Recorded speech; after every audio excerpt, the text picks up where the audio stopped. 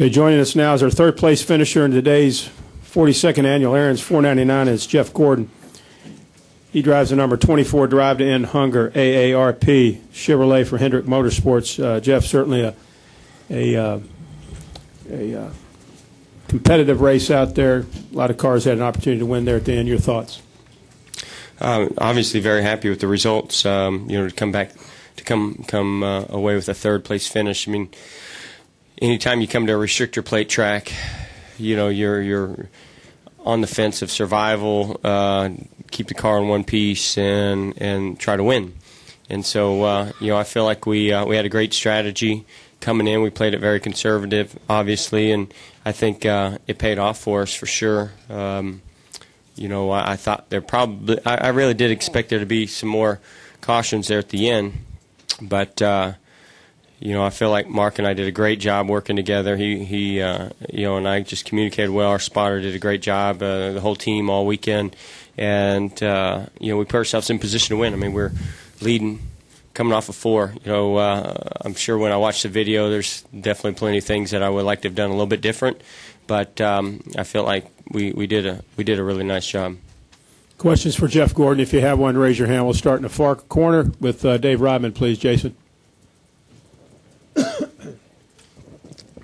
Yeah, Jeff, Dave Rodman, NASCAR.com. Could you speak to your day-long commitment to running with Mark and what lengths you went to maintain that relationship close to each other on the racetrack, and how it's different from how you found partners in the big pack racing?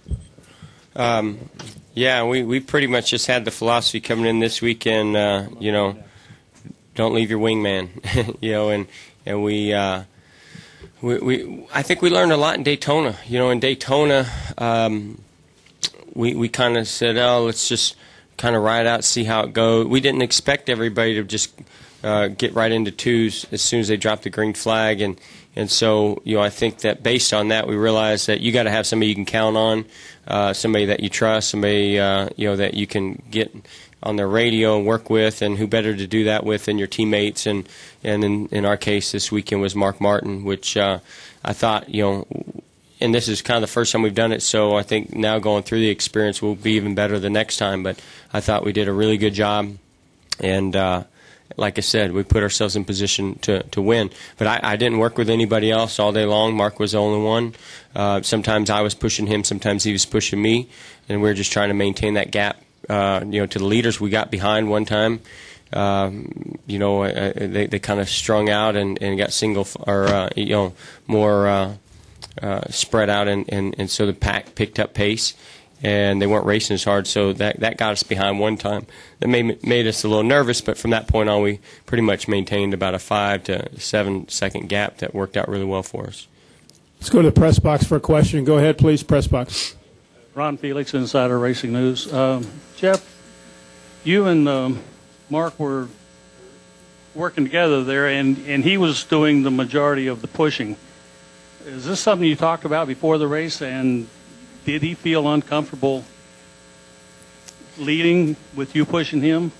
Well, we had talked, and you can't always control who comes off pit road first and who's going to be pushing or if you're going to be pushing. So it was one of those things where actually I think he got off pit road on the last pit stop before us. I was in behind him pushing him, and they basically wrecked without throwing a caution down there in 3 and 4. And when they did that, everybody checked up, and I was able to keep the momentum pretty good, and I got in front of Mark. And at that point, he got in behind me, and we had already talked. He kind of said, hey, I would like to push you instead of you push me. So, it kind of worked out in our favor the way we wanted anyway. It seemed like we did a little bit better job communicating and our pace and everything. Not speed-wise, but just being able to judge the pace and stay connected with me leading and him running behind me. But at the end, I was just as happy to be pushing him and would have done everything I could to push him to the front, just like he did for me. Stay upstairs. Go ahead, press box, please. Monty Dutton, Gaston Gazette. Jeff, it wasn't too long ago here that in bump drafting, it was pretty much considered taboo and reckless and dangerous in the turns. Now, things have changed, and people bump all the way around. But it is a fact that almost every crash today was caused by two cars bump drafting in the turn, either at the exit or the entrance. And so I'm just wondering, is there a certain way that you have to do it? Do you not push as hard in the turns, or not rest against, or just push and not bump? What's the proper way to do that? Well, first let's back up. The reason why it was silly to bump draft in the corners before is because the bumpers didn't line up, and so you would get somebody that would get aggressive with it, and they would basically wreck a guy in front of them. But what we learned back then was the closer that you could get to the bumper of the guy in front of you, the faster you went. So it had the bumpers lined up back then. We may have been able to push all the way around. Now we've got a car that has a tremendous amount of downforce. There's very little we can do to this car for here versus other tracks like we used to do. We used to come here, and not that we don't put that effort into this car, we do, but I mean the amount of downforce difference between our Daytona and Talladega cars versus our short track and intermediate track cars was huge, 10 years ago or 8 years ago. Now it's not near as much as you'd think. So that's kind of the evolution.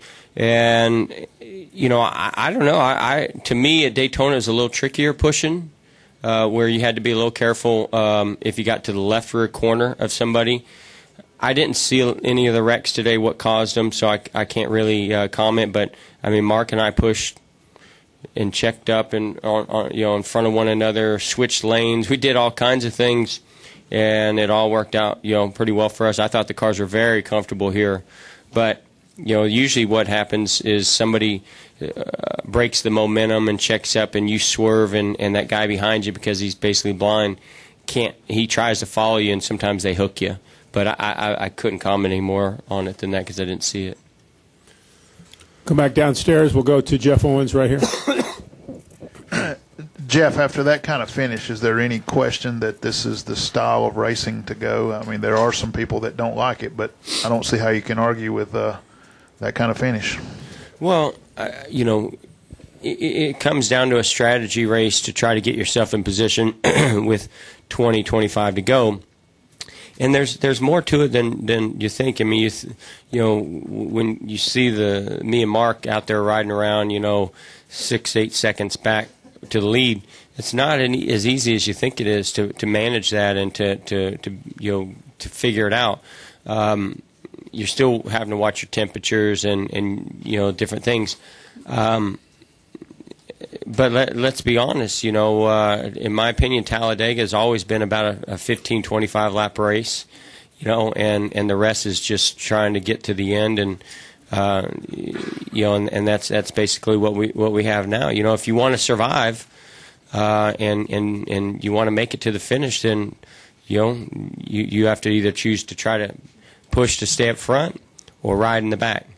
But being in the middle, to me, is not worth it. And we've just had such terrible luck here at the restrictor plate tracks in recent years that we didn't really feel like there was any choice but to go to the back once we got shuffled back from the lead.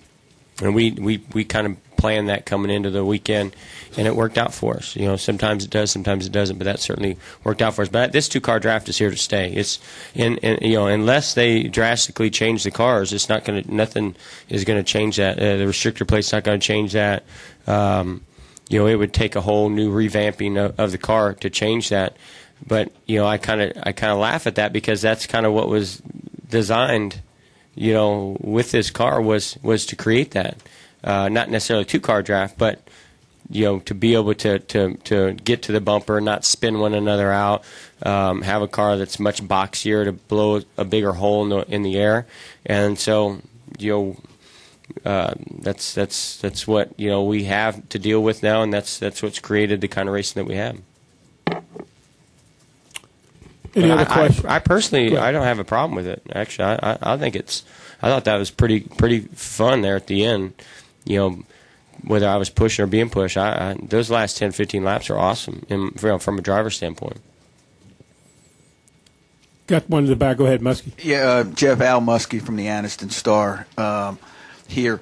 Having said what you just did about this, the kind of racing to stay, when we saw the wrecks today, you know, in the past it's been 12, 15, 18 cars that had clipped it that had gone out. I mean, barring, you know, a last lap kind of thing where there's all kinds of craziness going on. Today, they were like 4 and 5 cars at a time, just a little bit as opposed to what had been. I mean, I hate to put like this, is the big one gone in this type of racing with the 2-car draft and their separation? Just give me your take on that.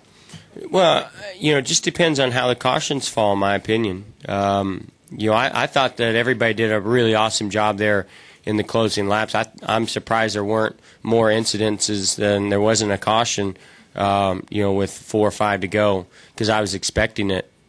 When you know, because even though we're in these 2-car groups, we're at the end of the race, we're actually in packs of them. You know, and they might stretch out a little bit on the restart, but then it seems like they come right back together. So it's just as easy to me to have a big one now as it ever has been in the closing laps. I think that I've always felt this, that even with the old car and the way we were all bunched together, I thought it was just absolutely ridiculous that we're out there, you know, pushing and shoving and running 3 and 4 wide at lap, 40. You know, it didn't seem to me to be very smart. And so, you know, I think that with this 2-car draft, it forces you to think a little bit more about, you know, how aggressive you're going to get with it. And there's still some guys that want to be aggressive with it, and I think it caught them today. But there's other guys that want to be real patient with it. Any other questions for Jeff? Jeff, thank you so much. Thank you. We'll see you at Richmond. Yes.